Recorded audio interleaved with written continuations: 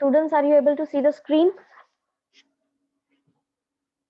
Yes, ma'am. हाँ, तो यहाँ पर Yes, कुछ बच्चों ma'am. ने आज का टेस्ट जो लिया है उसमें कुछ मिस्टेक करी है। क्वेश्चन पूछा गया था आपसे विजिलेंट सिटीजन्स के बारे में कि ये जरूरी क्यों है किसी भी डेमोक्रेसी के लिए सक्सेसफुल होने में, ये कैसे एक मोस्ट इम्पोर्टेंट रोल प्ले करते हैं। और कुछ बच्चों ने थोड़ा गलत आंसर लिखा है। यहाँ पर मैंने आपके क्वेश्चन आंसर्स जो है आपकी स्कूल ऐप पर भी अपलोड कर दिए हैं और हम लोगों ने डिस्कस भी करे हैं इस चीज को। तो आपको जब कोई टेस्ट दिया जाता है तो फर्स्ट ऑफ ऑल पहली बात तो आपको वही चीज लिखनी है, कोशिश करनी है कि आप उतना तो लिखें जितना कि आपके टीचर ने आपको प्रोवाइड कराया है। आपको उसमें ऐड ऑन करना है वो आप कर सकते हैं, लैंग्वेज चेंज कर सकते हैं, लेकिन बात जो पूछी गई है वो पूरी लिखनी है। ठीक है? इससे क्या होता है कि आपकी जो वर्ड लिमिट होती है ना वो पूरी तरह से फुलफिल हो पाती है। अब सपोज आपसे पूछा गया है क्वेश्चन और आपने उसका आंसर करीब 4 से 5 लाइनों में लिख दिया है बस। लेकिन उसकी जो मार्किंग है वो वेटेज जो है वो 5 मार्क्स का है। तो 5 मार्क्स में ऐसा थोड़ी ना 5 लाइनें लिखनी होती है, नहीं, उसमें आपको ज्यादा लिखना पड़ेगा। तो जैसे मैंने आपको यहाँ पे प्रोवाइड कराया है ना, जितना कोशिश करो ये तो लिख ही दो। और इसके साथ में अगर और ऐड ऑन करना है या इसकी लैंग्वेज आपको चेंज करके लिखनी है तो वो आप कर सकते हो, लेकिन करेक्ट होना चाहिए सब। ठीक है? इसीलिए मैंने आपके सामने ये अभी खोल करके वापस से रखा है कि ये क्वेश्चन मैंने पूछा था और कई बच्चों ने इसका आंसर बहुत ही शॉर्ट फॉर्म में लिख के भेजा है, तो वो थोड़ा सा नंबर कम मिलेंगे उसमें। ठीक है? अब आज जो हमें पढ़ना है वो पढ़ते हैं, स्टार्ट करते हैं। Share Tomorrow I will take your test of chapter 7 changing cultural traditions. अभी तक लिया नहीं है हमने इसका टेस्ट? नहीं लिया ना अभी तक इसका टेस्ट?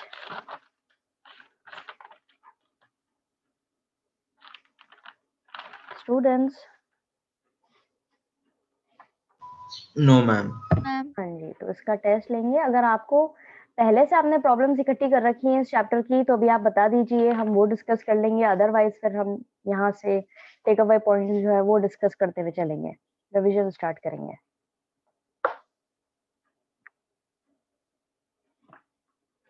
है किसी को कोई दिक्कत?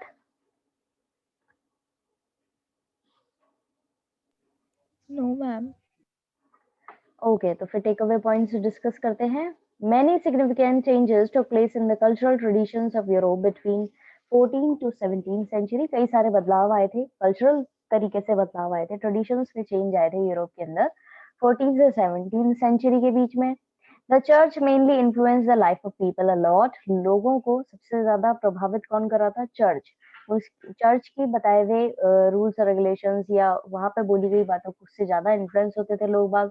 Renaissance is a French word, ये एक रेनेसा जो है वो एक फ्रेंच वर्ड है। Fall of feudalism, the religious wars between Christians and Muslims, commercial properties, etc. were the main reasons for the rise of Renaissance in Europe. अब feudalism का गिरना, ठीक है, वो बंद होना, रिलीजियस लड़ाई, धर्म की लड़ाई शुरू होना क्रिश्चियंस और मुस्लिम्स के बीच में, कमर्शियल प्रॉपर्टीज का स्टैब्लिश होना, यही मेन कारण थे राइज ऑफ रेनेसा, यानी कि changes, new modern age. Renaissance का मतलब था न्यू मॉडर्न एज, वो शुरू होना यूरोप में तब से ही शुरू हुआ था। Renaissance at first started in Italy. Renaissance सबसे पहले शुरू हुआ था इटली में। Then it started in Rome, Venice and Florence. फिर उसके बाद में रोम, वेनिस और फ्लोरेंस में शुरू हुआ। इन 1455 printing press was invented by Gutenberg. 1455 के दौरान सबसे पहले प्रिंटिंग प्रेस इन्वेंट करी थी गटनबर्ग ने।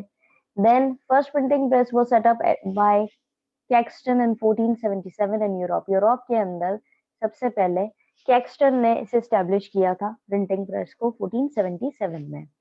The invention of printing press increased the volume of books. It also helped in spread of education.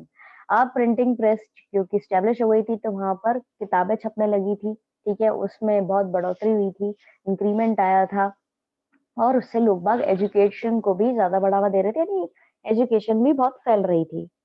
Milan, Naples, Venice and Florence gained the status of trade centers because of flourishing of trades. अब वहाँ व्यापार जो है बहुत बढ़ रहा था उस समय में, तो मिलान, नेपल्स, वेनिस और फ्लोरेंस के अंदर वो क्या उन्होंने क्या स्टेटस हासिल कर लिया था कि वो ट्रेड सेंटर्स यानी व्यापार का मेन शहर जो है उनकी कैटेगरी में आ गए थे ये, मिलान, नेपल्स और वेनिस और Florence.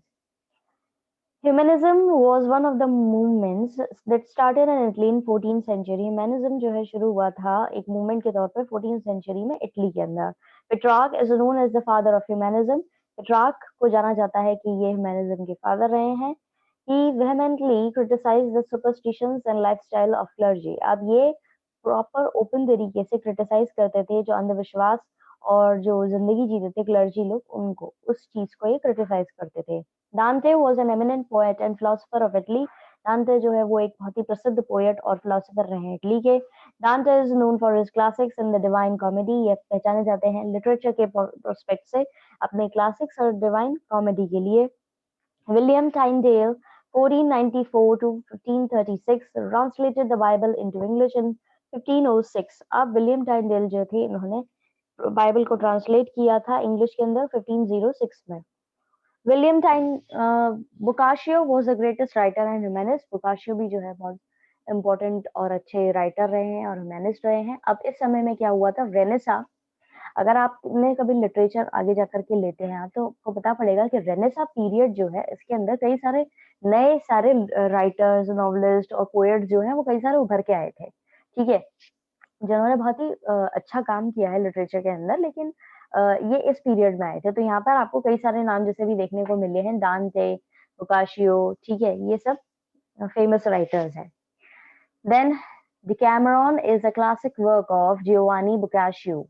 It is the collection of 180 stories. Decameron एक क्लासिक काम है Giovanni Boccaccio का, जिसके बारे में अभी हमने ऊपर पढ़ा, ग्रेटेस्ट राइटर और ह्यूमैनिस्ट। इन्होंने करीब 180 यानी 180 स्टोरीज का इनका एक कलेक्शन है।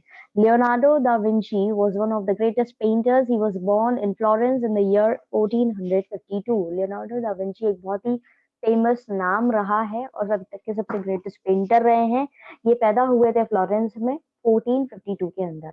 Mona Lisa and the last supper were the most famous paintings of Leonardo da Vinci. इनके फेमस कामों में दो पेंटिंग्स हैं, मोनालिसा और द लास्ट सपर। मोनालिसा की पेंटिंग तो आप लोगों ने सुनी ही होगी। फिर है Michelangelo was another painter, great painter. His greatest painting was The Last Judgment. Michelangelo जो है वो भी ग्रेटेस्ट पेंटर हैं, ग्रेट पेंटर रहे हैं और इनकी पेंटिंग रही है द लास्ट जजमेंट, जो कि बहुत फेमस है। Nicholas Copernicus, Galileo, Kepler, Isaac Newton were well-known scientists of the Renaissance period. अब रेनेसा पीरियड के अंदर जहाँ पेंटर्स हुए हैं, लिटरेचर के अंदर राइटर्स, पोएट्स हुए हैं, वहीं दूसरी तरफ रेनेसा पीरियड के अंदर कई सारे साइंटिस्ट जो है वो भी निकल के आए थे, जिनमें नाम दिए गए निकोलस कॉपरनिकस, गैलीलियो, केपलर और आइजैक न्यूटन के। The theory of the earth as a part of the sun-centered system was made popular by Kepler's cosmographical mystery.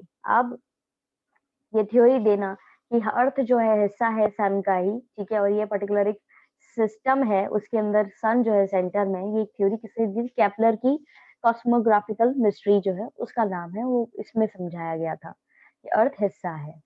ऐसा तो है नहीं कि सब लोगों को पहले से पता था कि सोलर सिस्टम है, सोलर सिस्टम के अंदर हमारा अर्थ प्लेनेट है। धीरे धीरे सब डिस्कवरियां हो रही थी, तो उस समय में रेनेसा पीरियड के अंदर ये डिस्कवरी भी हुई थी। The revolution in science reached at its climax with Newton's theory of gravitation. अब साइंस के अंदर रेवोल्यूशन कब आया, जब न्यूटन ने अपनी थ्योरी दी ग्रेविटेशनल फोर्स के बारे में। Aristocratic families dominated the way of life during 14th century medieval Europe. अब एरिस्टोक्रेटिक जो हाई प्रोफाइल फैमिलीज थी वो पूरी तरीके से समाज के अंदर किस तरह की लाइफस्टाइल चलनी चाहिए उसको डोमिनेट करती थी 14th सेंचुरी में मिडिवल यूरोप में। Social, political, economic life of people were deeply affected by Renaissance. Renaissance से अब क्या हो रहा था, लोगों के अंदर लोगों की लाइफ पर बहुत इफेक्ट पड़ रहा था, सामाजिक तौर पर, आर्थिक तौर पर और राजनीतिक तौर पर। Renaissance arose the spirit of equality among the people and attacked on the superstitions and rituals prevailing in the society. जो समाज में पहले से चले आ रहे अंधविश्वास और रिचुअल्स जो थे उस पर अटैक किया था रेनेसा पीरियड के अंदर। लोगों के अंदर ये भावना जगी थी कि हमें भी इक्वालिटी चाहिए, हमें भी समानता के साथ जीना है, और जो पहले की सुपरस्टिशंस चले आ रहे थे उस पर इन लोगों ने अब धावा बोल दिया था। Then literature Literature of Renaissance period brought about a great change in the political thinking of the people. अब लिटरेचर जो थी उस समय में, लिटरेचर रेनेसा पीरियड के दौरान, उससे लोगों की दिमाग पर, पॉलिटिकल थिंकिंग पर बहुत असर पड़ा था. Reformation movement was a protest movement that took place in the 16th century against the church and the pope. अब रिफॉर्मेशन मूवमेंट चल रहा था, यानी कि वहां पर प्रोटेस्ट होने लगा था, विरोध होने लगा था 16th सेंचुरी के अंदर. किसके खिलाफ? चर्च और पोप के खिलाफ. Martin Luther wrote 95 theses challenging the authority of the church. Martin Luther ने 95 थीसिस दी थी, जिसमें वो चर्च की हुई चीजों पर क्या कर रहे थे? धावा बोल रहे थे, अगेंस्ट में जा रहे थे. अभी तक किसी को कोई दिक्कत, कोई चीज समझ में नहीं आई हो तो पूछ सकते हैं. No, ma'am. Okay. Nation state receive new power and vigor from reformation. अब nation state जो है उसको नई पावर मिली थी और नया रिफॉर्मेशन मतलब करने का तरीका मिला था. एक शक्ति, एक enthusiasm मिला था. The Society of Jesus was founded by Ignatius Loyola in 1540. It made an attempt to combat Protestantism. अब Society of Jesus किसके द्वारा ढूंढी गई थी? Ignatius Loyola के द्वारा ढूंढी गई थी 1540 में. और ये एक तरीका था प्रोटेस्ट जो चल रहा था उसको रोकने का, उसको एक सपोर्ट अलग तरीके से वो करने का. इंपॉर्टेंट टर्म्स है यहाँ पर. Renaissance, French word meaning rebirth, दोबारा से जन्म लेना, न्यू मॉडर्न पीरियड. ठीक है. Renesas man, a person with many interest and skill. Renaissance man बोला जाता है एक ऐसे व्यक्ति के लिए जिसके अंदर काफी सारे इंटरेस्ट हो, कई सारे हुनर हो. डॉक्यूमेंट ऑफ इंडल्जेंस का मतलब है document issued by the church which guaranteed a written promise to absolve the holder of all his sins. ये रेनेसा पीरियड से चला आ रहा था, उससे पहले से चला आ रहा था. डॉक्यूमेंट ऑफ इंडल्जेंस चर्च देता था, पैसे दे करके आप ये खरीद सकते थे. ये एक तरीके का डॉक्यूमेंट होता था जो गारंटी देता था कि आपने अभी तक जितने भी पाप किए हैं उनका अब सब पूरा हो गया है वो, और अब आपको अब आप, ये एक रिटन डॉक्यूमेंट था तो उसमें ये क्लियर था कि आपके द्वारा किए गए अभी तक जितने भी पाप हैं उन सबको पूरा प्रायश्चित हो चुका है और अब आप फ्री है. ठीक है. Humanism, a movement which gave priority to present life rather than life after. Humanism का मतलब है आप, वो एक ऐसा मूवमेंट था जिसमें आप अभी जो जिंदगी जी रहे हैं उसको ज्यादा प्रायोरिटी देनी चाहिए थी, बजाय आप जब मर जाएंगे उसके बाद. क्योंकि ये डॉक्यूमेंट ऑफ इंडल्जेंस देते थे ना, तो ये था कि अब आगे जाकर के आपको स्वर्ग मिलेगा, आपको हेवन मिलेगा, अब आपके सारे पाप जो है वो धुल गए हैं. इस तरीके से आप इतने पैसे पे करिए, क्योंकि उस समय पैसे की भी कमी थी, तो इसीलिए ये सब चीजें वहां पर बहुत ज़्यादा प्रचलित थी. और इसीलिए ह्यूमैनिज्म जो है वो एक मूवमेंट की तरह वहाँ पर एस्टेब्लिश हुआ था और लोग बात इम्पोर्टेंस देने लगे थे अपनी प्रेजेंट जिंदगी को. बोले ये चर्च जो कह रहा है या जो ये रिटन डॉक्यूमेंट दे रहे हैं उससे कोई फायदा नहीं पड़ेगा, अभी जो अपनी लाइफ है उसको तरीके से प्रायोरिटाइज करो और अच्छे से सॉल्व करो. ये हमारे इंपॉर्टेंट टर्म्स भी कंप्लीट हो गए. Now let's discuss the question and answers of this chapter. और अगर आपको अभी भी कोई दिक्कत है किसी भी टॉपिक में तो आप पूछ सकते हैं. No, ma'am.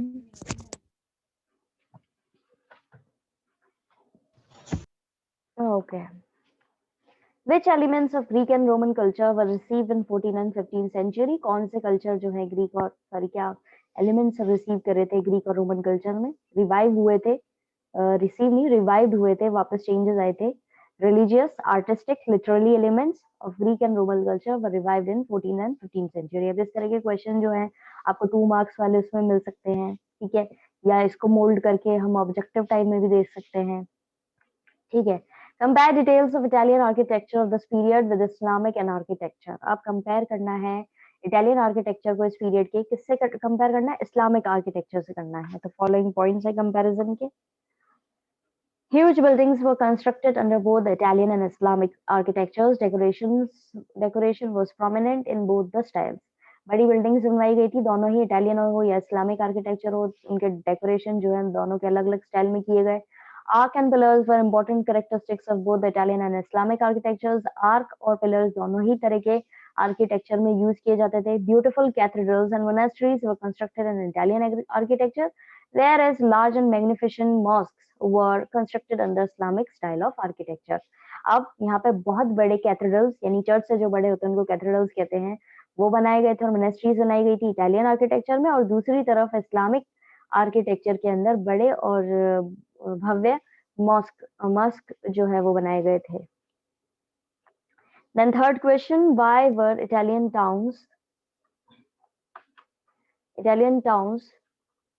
the first to experience the ideas of humanism? अब जो इटली के शहर थे वहां पे सबसे पहले ये आइडिया ह्यूमैनिज्म का कैसे उन लोगों ने एक्सपीरियंस किया था, क्या चीज थी? The towns of Italy were the first to experience the ideas of humanism because of the following reason. ये कारण थे, इसलिए यहाँ पर ये चीज उभरी थी। पहला, education spread in Italy by the 13th and 14th century. Education फैलना शुरू हुई थी इटली के अंदर 13 और 14 सेंचुरी में। ऑब्वियसली बात है, जब लोग बहुत लिटरेट होते हैं, जब वो पढ़ने लग जाते हैं तो उनको समझ में आने लगती हैं चीजें, और समझ में आने लगती हैं तो उनका जो सोचने का और उनके जो थॉट प्रोसेस होता है वो अच्छे लेवल पे होता है। Then humanism as a subject was first taught in Italian school, colleges and universities. Italian people were made aware of humanist views and ideas. Humanism एक ऐसा सब्जेक्ट था जो सबसे पहले पढ़ाया गया था इटालियन स्कूल, कॉलेजेस और यूनिवर्सिटीज में। इटली के जो लोग थे वो अब जागरूक हो गए थे ह्यूमैनिस्ट व्यूज और आइडियाज से। Universities were first of all developed here to spread education. Universities जो थी सबसे पहले डेवलप की गई थी यहाँ पे, क्या फैलाने के लिए? शिक्षा फैलाने के लिए। A number of classical books were composed by Roman and Greek scholars। और कई नंबर में अच्छी किताबें जो है, क्लासिकल किताबें जो है वो कंपोज की गई हैं रोमन और ग्रीक स्कॉलर्स के द्वारा। Compare the Venetian idea of good government with those in the contemporary France। अब कंपेयर करना है वेनेशियन आइडिया को, अच्छी गवर्नमेंट को लेकर के उन्होंने आइडिया दिया था, उससे कंपेयर करना है जो कंटेम्पररी फ्रांस में चला आ रहा था। Venice was an Italian city. Venice जो है एक इटालियन सिटी है। The city was free from the influence of the church and feudal lords। ये सिटी जो है चर्च और फ्यूडल लॉर्ड से बिल्कुल फ्री थी, उनके इन्फ्लुएंस से उनका कोई असर नहीं पड़ा था। In Venice, bankers and rich merchants played a significant role while there was absolute monarchy in France। अब वेनिस के अंदर बैंकर्स और रिच मर्चेंट्स जो हैं वो एक इम्पोर्टेंट रोल प्ले कर रहे थे, वहीं दूसरी तरफ फ्रांस के अंदर मोनार्की यानी राजा का राज था। In France common people were deprived of their rights. और इन फ्रांस के अंदर ही वहाँ आम जनता को उनके बेसिक हक जो होते थे वो भी नहीं दिए गए थे। अब आंसर इन शॉर्ट ऐसे, यानी कि आपको थोड़े लेंदी आंसर लिखने हैं।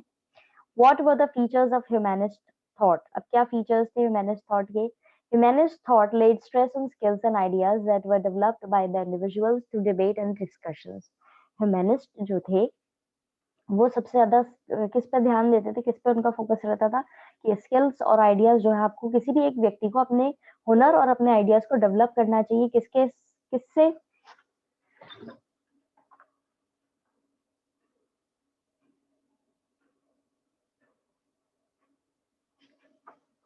वेट अ मिनट स्टूडेंट्स, यहाँ पर जो आइडियाज थे उसमें बहुत बदलाव आ रहे थे, ठीक है।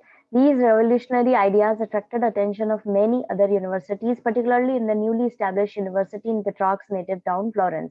अब ये जो डिबेट कर रहे थे ये लोग, अपने आइडियाज को लेकर के डिस्कशन कर रहे थे, इससे क्या हुआ? इससे बहुत अटेंशन मिला इन लोगों को, पर्टिकुलरली यूनिवर्सिटीज को बहुत ज्यादा इनका अटेंशन मिला, जो स्टैब्लिश कर रहे थे, जो कि क्या था, एक यूनिवर्सिटी थी जो स्टैब्लिश हुई थी पेट्रार्क के नेटिव टाउन फ्लोरेंस के अंदर। Humanist thought increase dignity of human beings. अब ह्यूमैनिस्ट जो है उन्होंने ये उनका ये विचार था कि सेल्फ रिस्पेक्ट बढ़ना चाहिए ह्यूमन बीइंग्स का। Humanism embodied the mystical and aesthetic temper of pre-scientific age। It laid stress on logic, natural science and metaphysics। It laid emphasis not only on intellectual learning but also on physical and moral development। अब ये लोग ध्यान दे रहे थे किस पे? जो पुरानी विचारधारा चली आ रही थी उसको हटा करके साइंटिफिक एज पे ये ज्यादा फोकस कर रहे थे। ये लॉजिक को इम्पोर्टेंस दे रहे थे, नेचुरल साइंस को इम्पोर्टेंस दे रहे थे और मेटाफिजिक्स को इम्पोर्टेंस दे रहे थे। ये ध्यान दे रहे थे ये सिर्फ इंटेलेक्चुअल लर्निंग पे ही नहीं, बल्कि यानी आपको दिमागी रूप से आपको सीखो वो नहीं, बल्कि फिजिकल रूप से भी सीखो और मॉरल आपका भी डेवलपमेंट हो, वो भी ध्यान दे रहे थे। Humanism relied on flexible thinking. Humanism depend करता था फ्लेक्सिबल सोच पर। After Petrarch the humanist philosophy spread first through Italy, then into other parts of Europe। अब पेट्रार्क के बाद में ह्यूमैनिस्ट फिलोसफी जो थी वो फैली सबसे पहले फैली इटली में, फिर उसके बाद में बाकी हिस्सों में यूरोप के। Humanist thought was reflected in contemporary art and architecture. Humanist के जो विचार थे वो कहाँ झलकते थे? आर्ट और आर्किटेक्चर में। Petrarch represented conservative Italian humanism, और पेट्रार्क ने रिप्रेजेंट करा कि किस तरीके से इटालियन ह्यूमैनिज्म जो है वो बहुत ही कंजर्वेटिव है, बहुत ही छोटी मतलब उनकी सोच है, रूढ़िवादी सोच है। Humanism embodied the mystical and aesthetic temper of a pre-scientific intellectuals of antiquity were relatively unconcerned about the supernatural world and eternal destiny of the soul.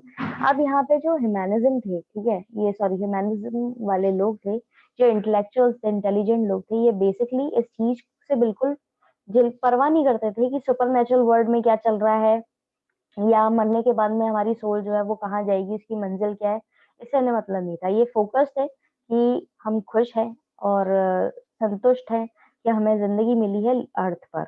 They were mainly interested in a happy, educated and efficient life on earth. The leading intellectual trait of the era was recovery of the secular and human philosophy of Greece and Rome. Main personality का इनका focus क्या रहता था? किस तरीके से हमें secure करना है, ठीक है, सेक्युलर वर्ल्ड को रिकवर करना है, और ह्यूमन फिलोसफी जो है रोम और ग्रीस के अंदर उसको मूव करना है। द राइटिंग्स ऑफ डांटे and particularly the doctrine of Petrarch and humanist like Machiavelli emphasized the virtues of intellectual freedom and individual expression in the essays of expression. Okay, यहाँ पर जो राइटर्स हुए थे और जो फिलोसफर्स हुए थे वो अपने काम, जैसे डांटे हुए, पेट्रार्क हुए या मैकियावेली हुए, ये मेनली अपना फोकस कहाँ पे रखते थे? फ्रीडम और इंडिविजुअल एक्सप्रेशन पे, कि आपको हक मिलना चाहिए हर एक इंडिविजुअल को कि वो अपनी तरीके से चीजों को डेवलप कर पाए, अपने स्किल्स और अपने हुनरों को इम्प्रूव कर पाए, साथ ही साथ अपनी फ्रीडम को भी एंजॉय कर पाए। In the essays of Montaigne, and the individualist view of life received the most persuasive and eloquent statement in the history of literature and society.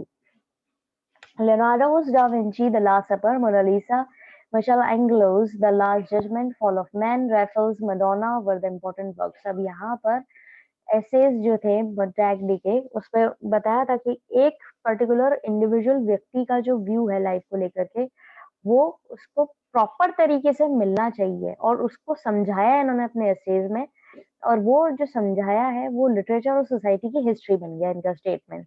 अब यहाँ पे कुछ नाम दिए गए हैं जिन्होंने अपना बहुत ही फेमस काम और इम्पोर्टेंट काम किया है।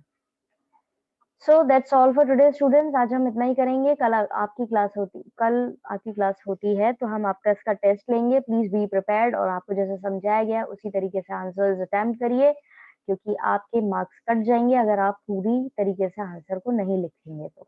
ठीक है, Thank you, ma'am. Okay Thank you, बेटा, ma'am. Have a nice day ahead, God Bye, bless ma'am. You all.